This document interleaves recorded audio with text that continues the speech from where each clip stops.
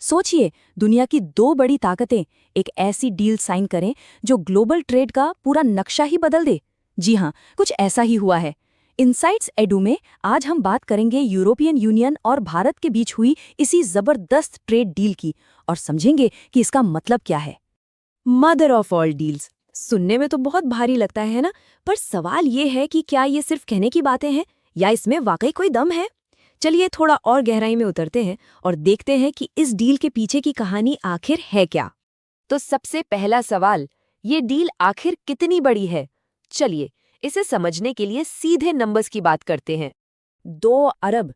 जी हाँ, आपने सही सुना, 2 अरब लोग। मतलब अगर आप नॉर्थ अमेरिका और पूरे यूरोप की आबादी को मिला भी दें तो ये उससे भी ज्यादा है। ये है इस डील का स्केल।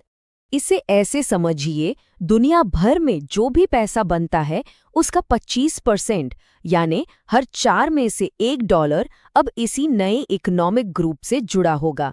और ये सिर्फ बड़े बड़े नंबर नहीं हैं, हम असल ट्रेड की बात कर रहे हैं।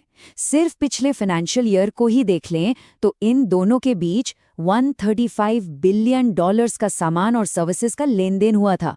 बहुत बड़ा अमाउंट है ये। और इसमें भारत के लिए एक बहुत ही अच्छी खबर भी छिपी है। भारत पहले से ही ईयू के साथ ट्रेड सरप्लस में है। आसान भाषा में कहें तो हम उन्हें बेचते ज्यादा हैं और उनसे खरीदते कम हैं। और उम्मीद है कि ये नई डील भारत के इस फायदे को और भी आगे ले जाएगी। तो सवाल उठता है कि ये दोनों एक दूसरे से खरीदते बेचते क्या हैं? अच्छा, ये एक तरह की क्लासिक कहानी है।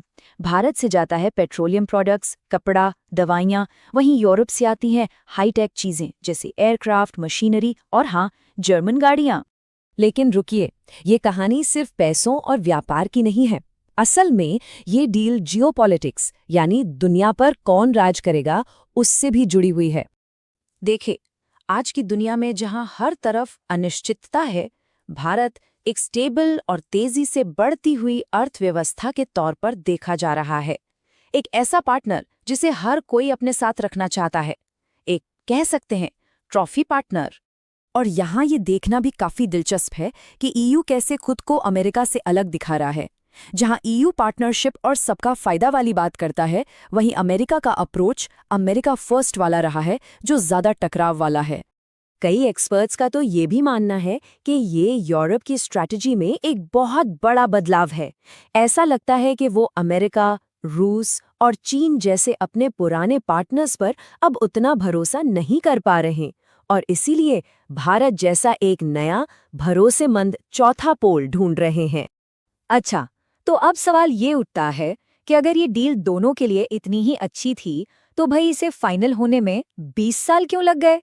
ये एक जायज सवाल है। ये सफर वाकई बहुत लंबा रहा है। बातचीत शुरू हुई 2004 में, लेकिन 2013 आते-आते सब कुछ रुक गया। और सिर्फ रुका ही नहीं, पूरे 8 साल तक बातचीत बिल्कुल ठप पड़ी रही। एक वक्त तो लगने लगा था कि ये डील शायद अब कभी होगी ही नहीं। तो आखिर दिक्कतें थीं क्या?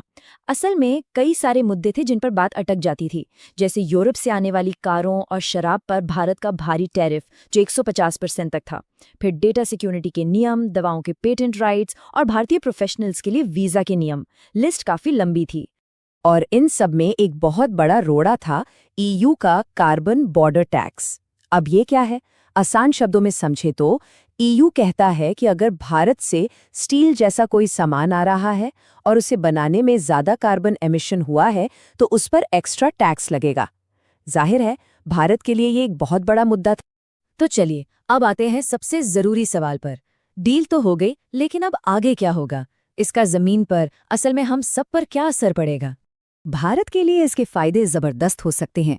हमारे टेक्सटाइल सेक्टर को बांग्लादेश और वियतनाम जैसे कॉम्पिटिटर्स पर बढ़त मिल सकती है। दवा बनाने वाली कंपनियों को यूरोप का बड़ा बाजार मिलेगा। हमारे आईटी प्रोफेशनल्स के लिए नए मौके खुलेंगे। और हाँ, यूरोप से भारत में और ज्यादा इन्वेस्टमेंट आएगा।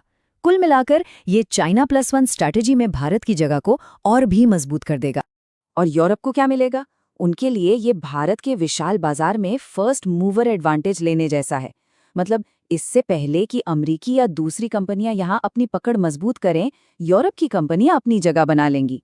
तो आखिर में सवाल बस एक ही है, क्या ये सिर्फ एक ट्रेड डील है या फिर ये एक नई ग्लोबल व्यवस्था की शुरुआत का इशारा है, एक ऐसा वर्ल्ड ऑर्डर जहां ताकत के समीकरण बदल रहे हैं?